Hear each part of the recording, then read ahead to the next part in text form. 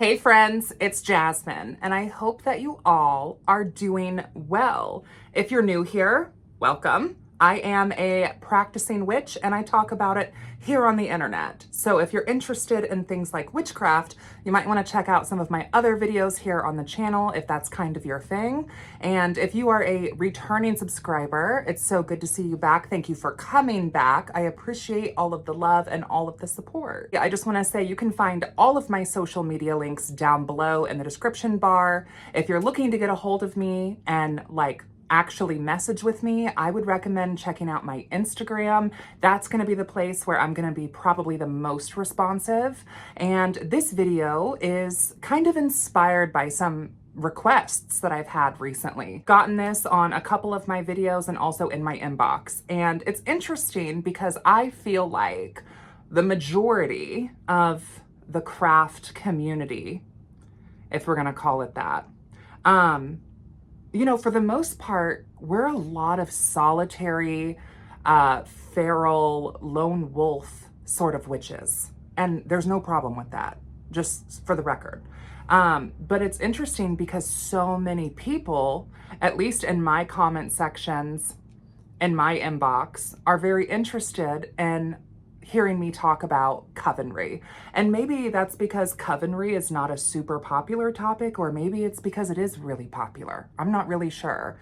The consensus, it seems like, for a witch like myself that is involved in a tradition, that runs a coven, and I also still practice on my own. I just want to make that clear. Just because I am in this tradition and just because I am running a coven does not mean that I only practice one specific way and I only practice with a handful of people. That is just not true. It's interesting to me because I feel like sometimes there is kind of this riff between initiated witches and solitary witches, or between coven witches and solo witches, or however we want to phrase this. And I've seen it on, the coven side or the initiate side, where there's a lot of pompous fucks out there that are just rude. And very invalidating, and in my opinion, just really coming from a place of personal ego. I don't really care what tradition you're a part of. Those titles might bear weight within your tradition though. And sometimes I see people trying to bring those titles outside of their traditions, and that's just really silly. I mean, you're not the high priestess of witchcraft. You're not the high priest of witchcraft. You might serve that as a position of service to your group, sure. But yeah, and also I have thoughts about the word high priestess or high priest. I think it's really strange how, there's usernames of high priestess of Facebook, high priestess of whatever, you know what I mean?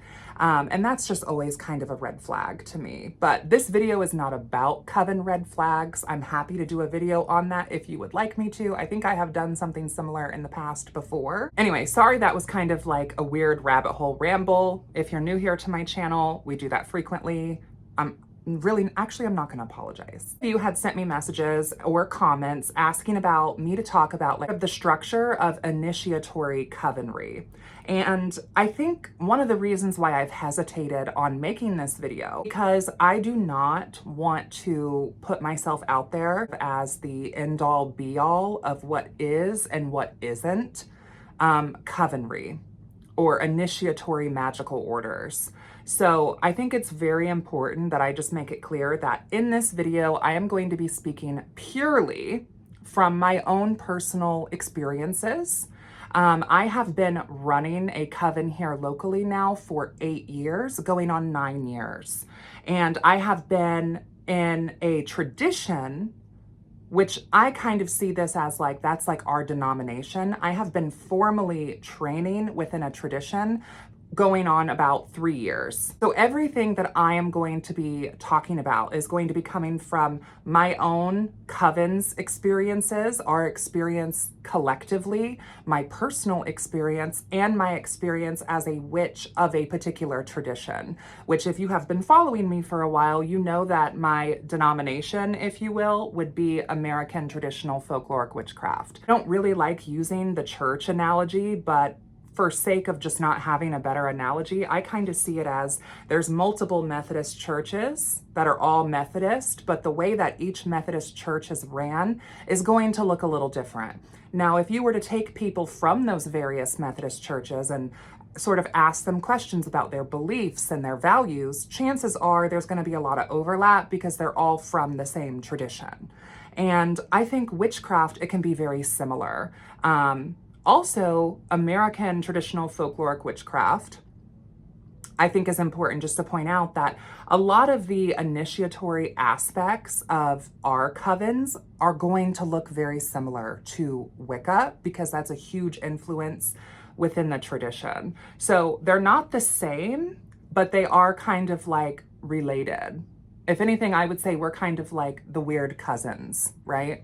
Other reason why I was a little bit hesitant on making this video is because this is an initiatory thing. So I can't really get up on Beyonce's internet and just do a tell-all of all the bits because it's an initiatory experience. However, what I'm going to talk about is stuff that you could find yourself if you use your cunning, if you look into some tradcraft books, if you scour the internet. This information is out there, so I am going to talk about that. Anything that is in relation to a specific individual's identity, I am not going to be speaking on. I'm not going to be mentioning names, titles, things like that.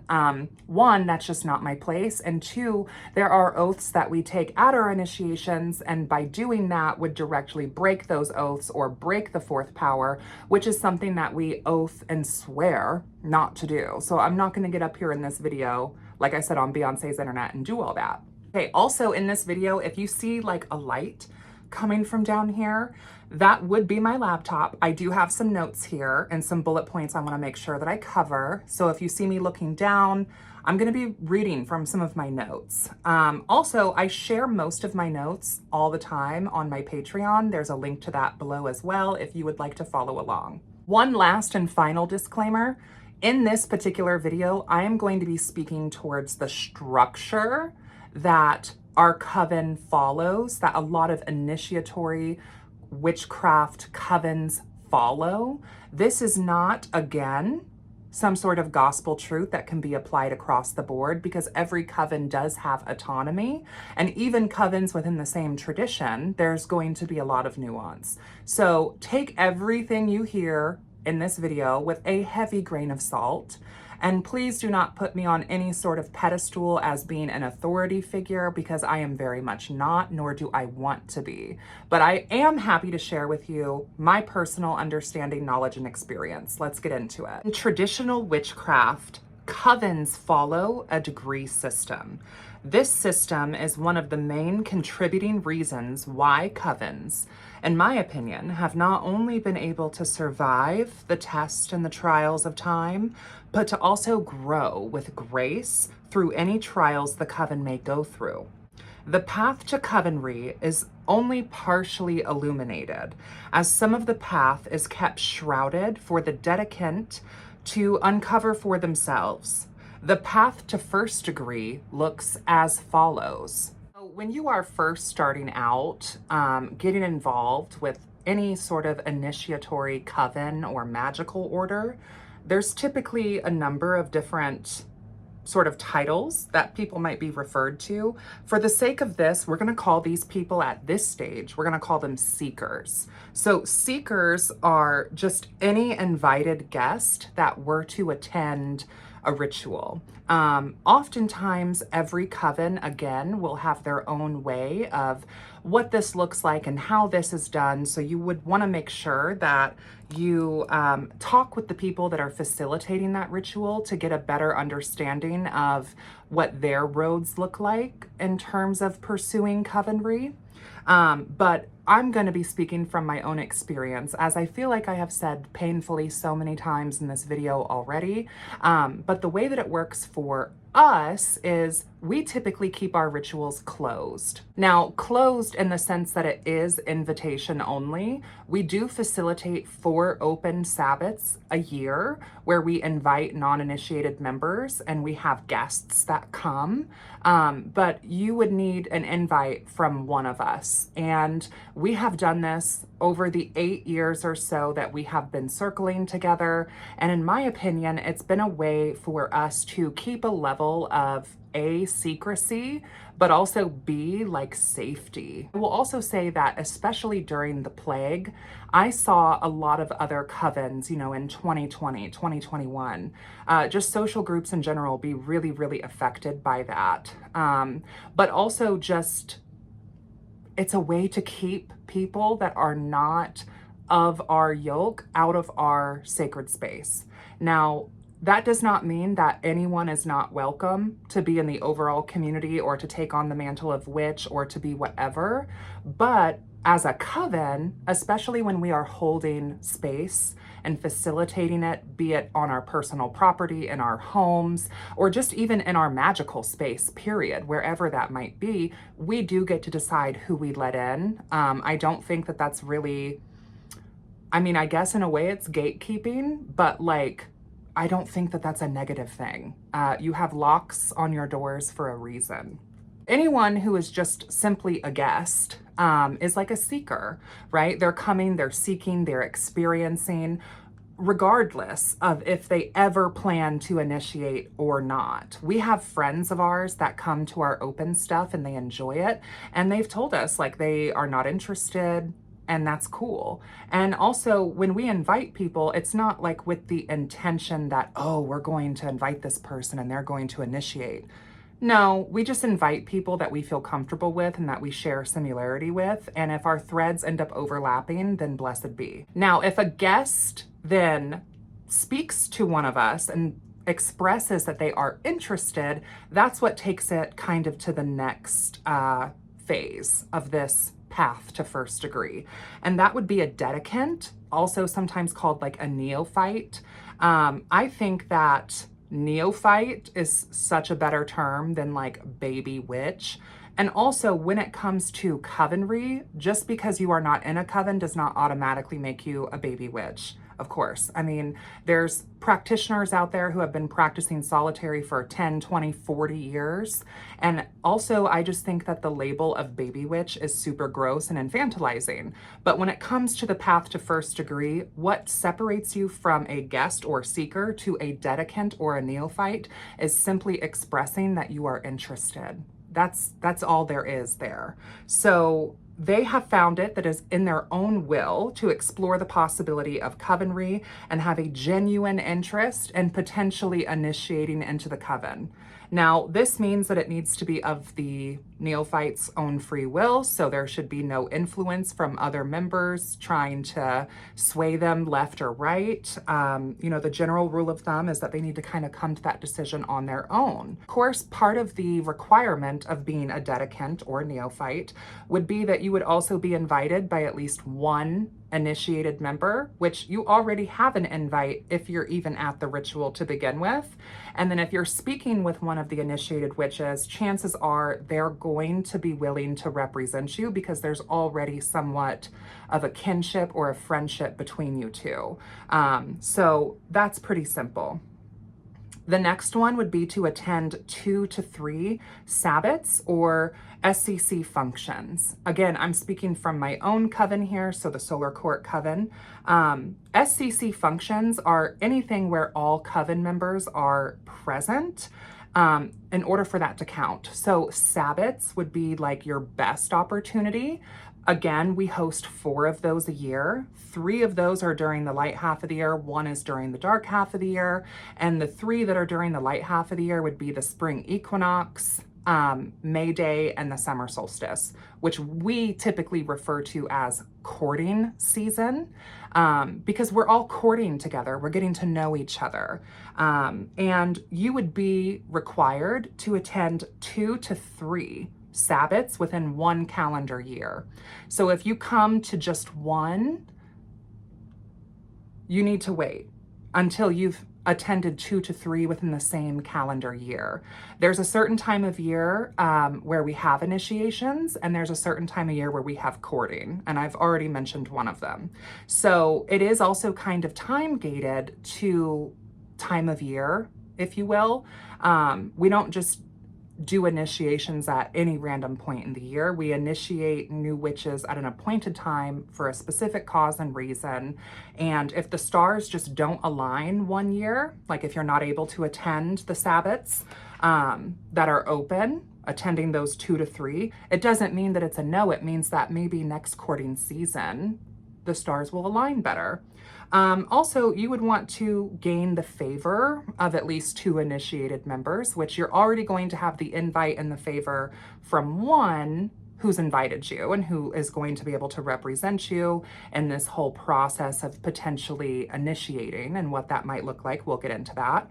But you should probably earn the favor of other witches that are initiated. And when I say earn the favor, I'm not saying that you need to love bomb people, that you need to buy them hella expensive gifts for no reason, but you probably shouldn't also be a wallflower at the ritual. You should be getting to know just other people at the Sabbat, period, whether they are an initiated cord-wearing member of the Coven or not. I think that that's just sort of good practice to get to know other witches, to learn and grow from their experiences, and to also share your own.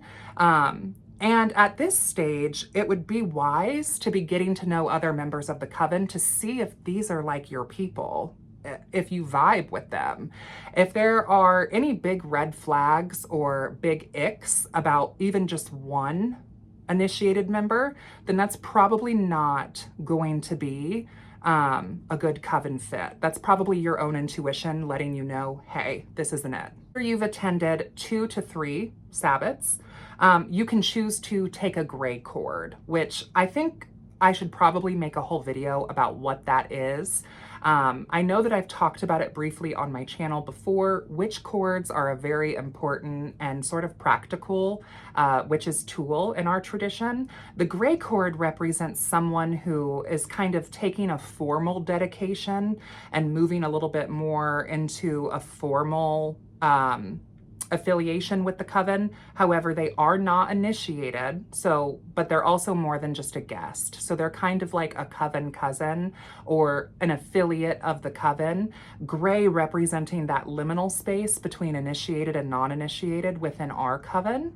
And there's things that come along with that. I think it probably would require its own video to go into further detail about.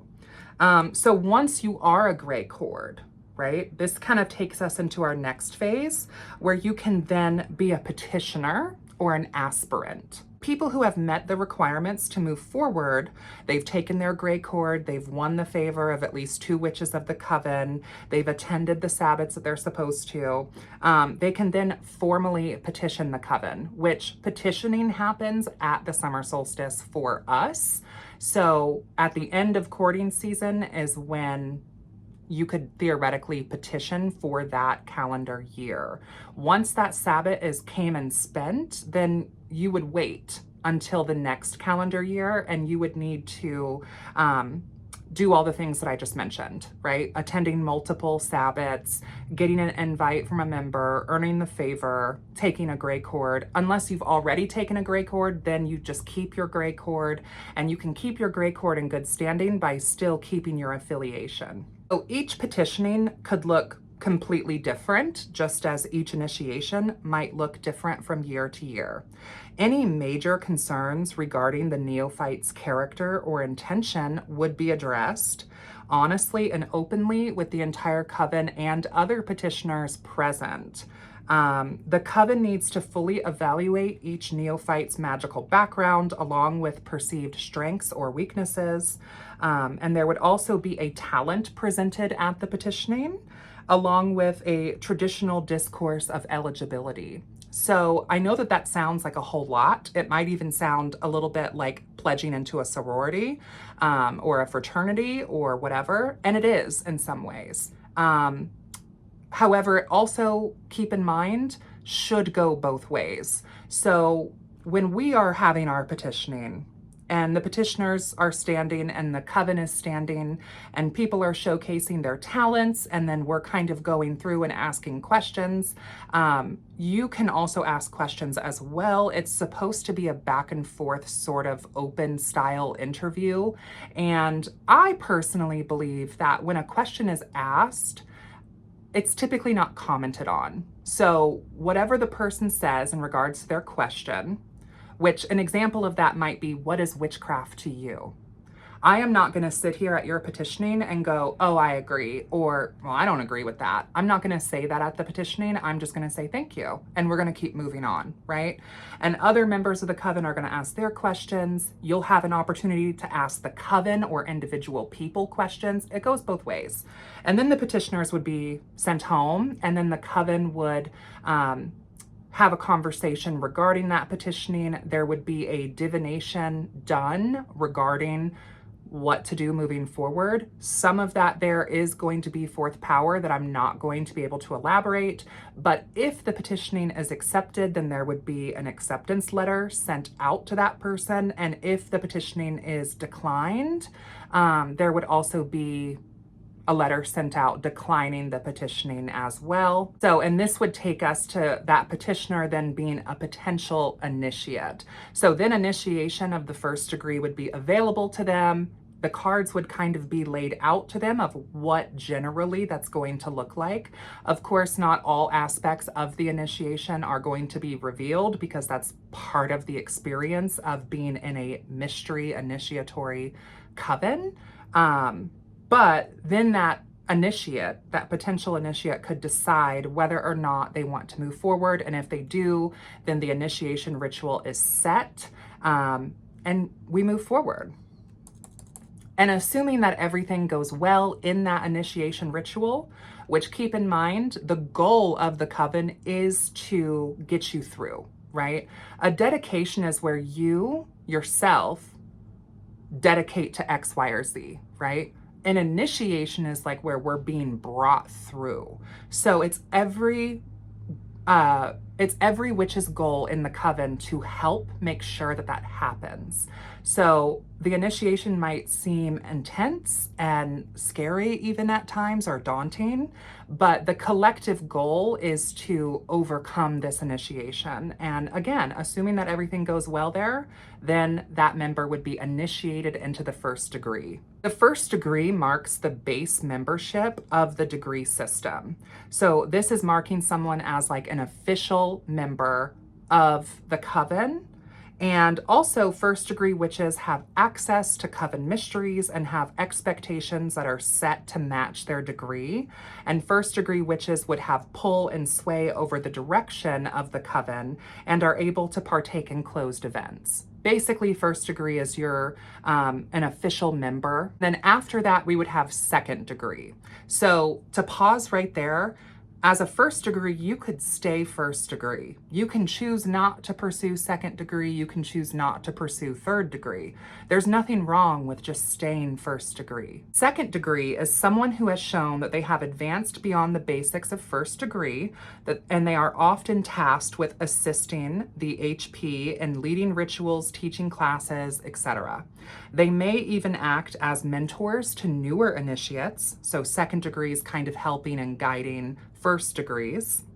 Second degree also marks seniority in the coven and in craft abilities. So when you shift into second degree, you're also shifting more into a priesthood within the coven and are no longer a general member. Thus, it comes with different expectations than the prior degree. Second degrees have pull over trad direction as well, and the path to second degree looks as follows. First degree is your base general initiated member. Second degree is where we're now entering more of a clergy type member, where we're kind of working as an assist lead role and helping run and facilitate. Not that first degrees don't have that opportunity, but there's a different level of expectations put on first or second degrees based on their degree. These degrees represent responsibility. So sure, while they might be a title, which again mean nothing outside of the individual coven that you were in. If you walk into a room and say, oh, I'm a third degree of the blah, blah, blah, of the moon, of the raven, honey, no one cares. okay?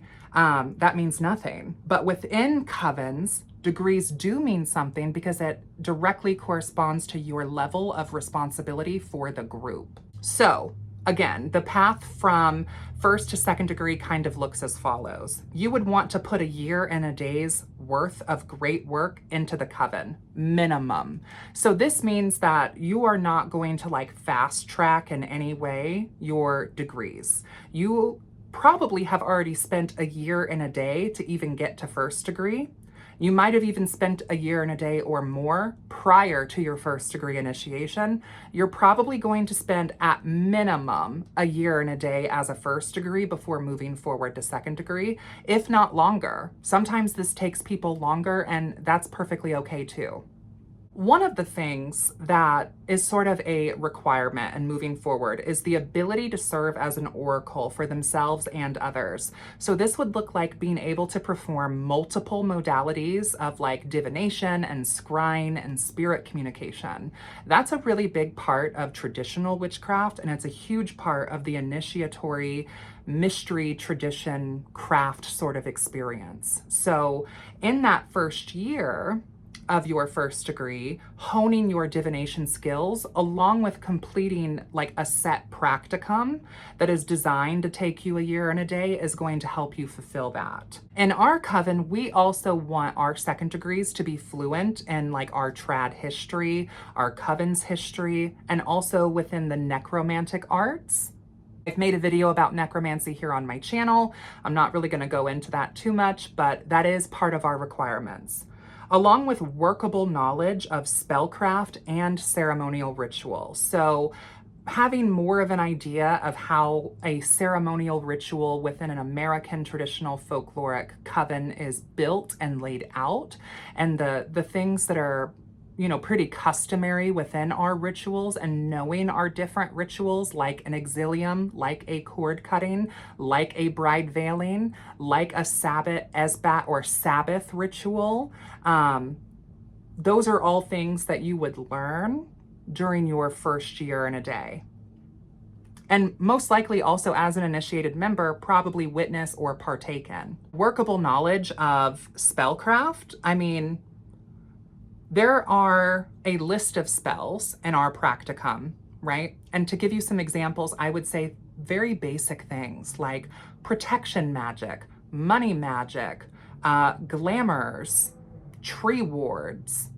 There are a list of spells that are 13 spells that kind of cover broad aspects that, you know, you would be expected to kind of showcase and perform to show, yes, I can do this return to sender. Yes, I can do this money prosperity working. Yes, I can, you know, also do this protection working. These basic 13 spells that are pretty common throughout craft, but presenting them in a way that showcases your work and your creativity. And then basically by proving your commitment to the coven's mysteries and able to serve the coven's needs within community-oriented work. So there are other aspects there that I can't go fully into, so you can kind of read between the lines.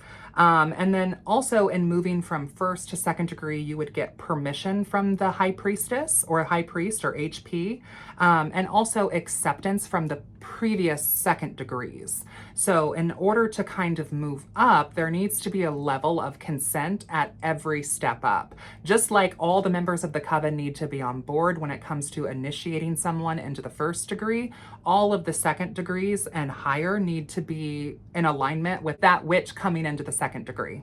Then attainment of second degree skills, I've kind of already covered that. Most covens are going to have some sort of educational training system for their witches to move through the degrees. And you might also provide like a statement or a cover letter, sort of just expressing your interest and why you want to be second degree, and also showcasing why second degree is the fit for you, right? Which if you've done the practicum work, you have your statement letter, you've earned that favor, you've served the community both inside the coven and externally, like in our outer court, then your work will speak for itself. And I can't see a reason why someone would be kept out of the second degree, unless they just don't want the responsibility that comes along with being a priest, priestess, priestess. But that's a personal decision. So I can't really see why someone would be kept out of that. And this takes us to third degree. By the time someone has gained the knowledge necessary to get their third degree, they will likely be comfortable in a leadership role. However, they could also just stay as third degree, just like someone can stay as second degree.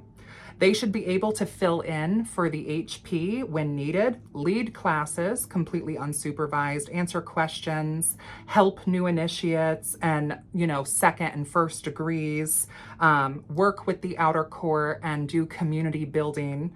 A third degree may, if they choose, hive off from the mother coven. And a hive off basically is where a coven sort of splits, and a third degree takes their members of the coven with them and sort of go pioneer a new hive. Most covens are going to be actually relatively small groups, really no higher than 13, and even 13 is pretty high. Every time a new member gets added in to the coven, it completely changes the dynamic. And every time a member leaves the coven, it completely changes the dynamic. And third degree, you're basically kind of like the facilitator. So you are sort of conducting this magical orchestra, and the more musicians that we have in the orchestra, the more challenging it is to facilitate and to run that and to lead that. And also, we are not preachers, we are clergy of witchcraft. So we tend to work in small groups. We don't really have congregations. That's not really our speed. And you're not coming to the Sabbath to be preached at and to experience religion. You're coming to the ritual to actually actively partake in the religion with others of like mind. So everyone is participating. Everyone has a role. You're not coming and listening to a sermon and then singing Kumbaya and going home. And again, a coven hive would typically happen, of course, with the full consent of the coven and the previous third degree. And then the HP would select someone to go with the new third degree, and that third degree would select someone themselves to go with them. So there's kind of like taking one and sending one, if you know what I mean. And yeah, then they would go propagate their line and they would run their small group, and there would still be affiliation between the mother coven and the hive. But yeah, that's kind of what that would look like. So going from second degree to third degree, of course, there's going to be another minimum, if not longer, year and a day of study and great work as a second degree.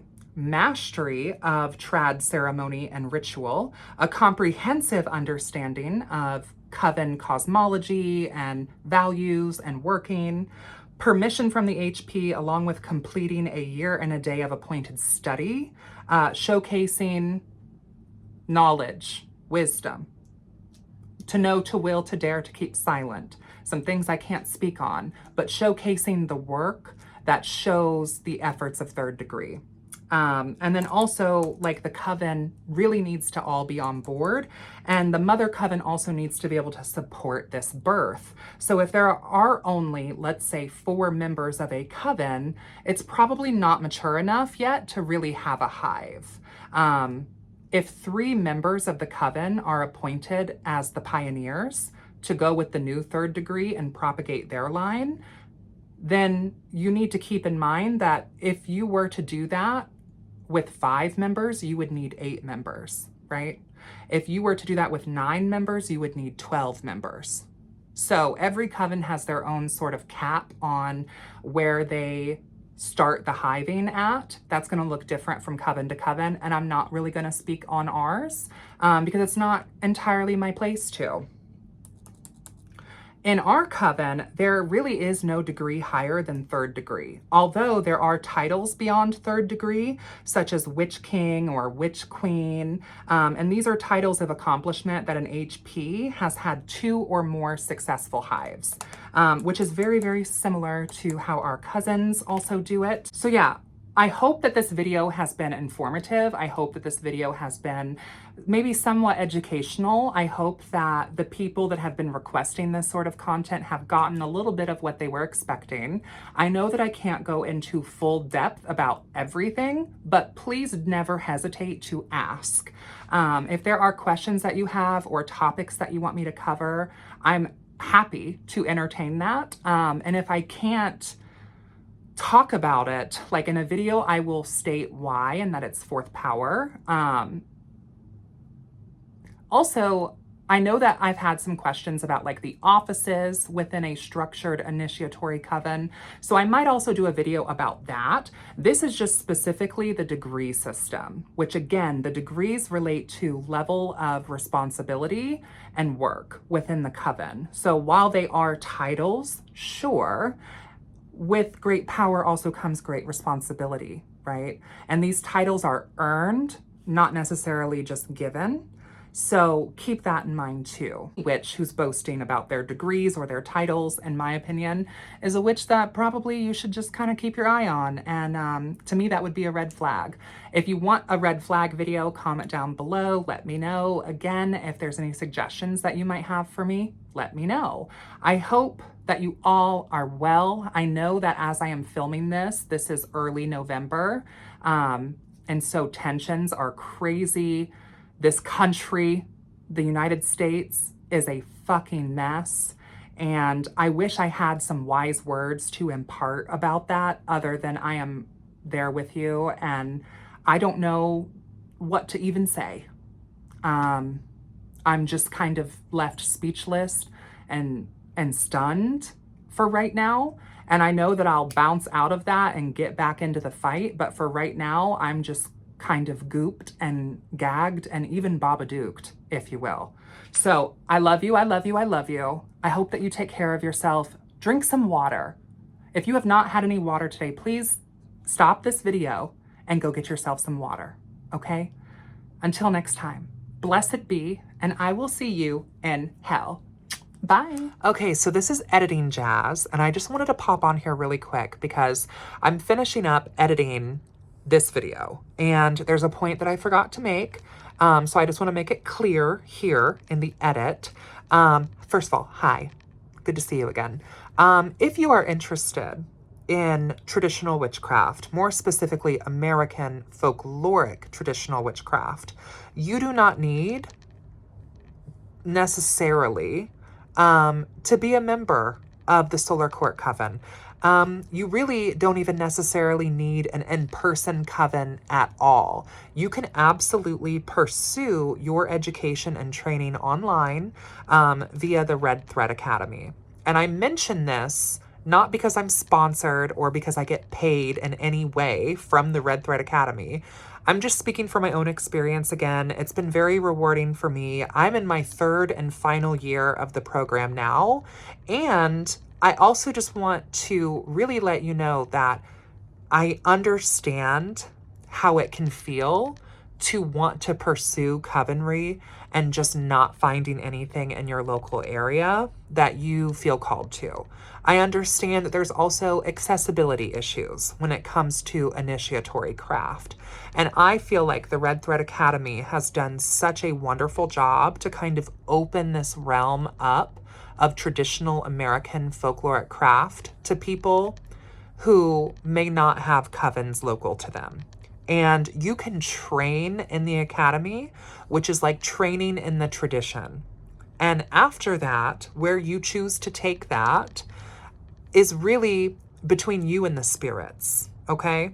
So if you are not local to where I am, that is, even if you are local actually to where I am, I think that is a really valuable resource. So I know I've said it in some other videos, and I'm sure some of you are probably like, oh my God, Jasmine, like we get it. But I just can't speak enough to how valuable the course has been for me and how I know I'll probably get some questions or comments in my DMs or in the comment section regarding training. And that is exactly where I'm going to point you. So check it out if you're interested. Don't if you're not. Okay?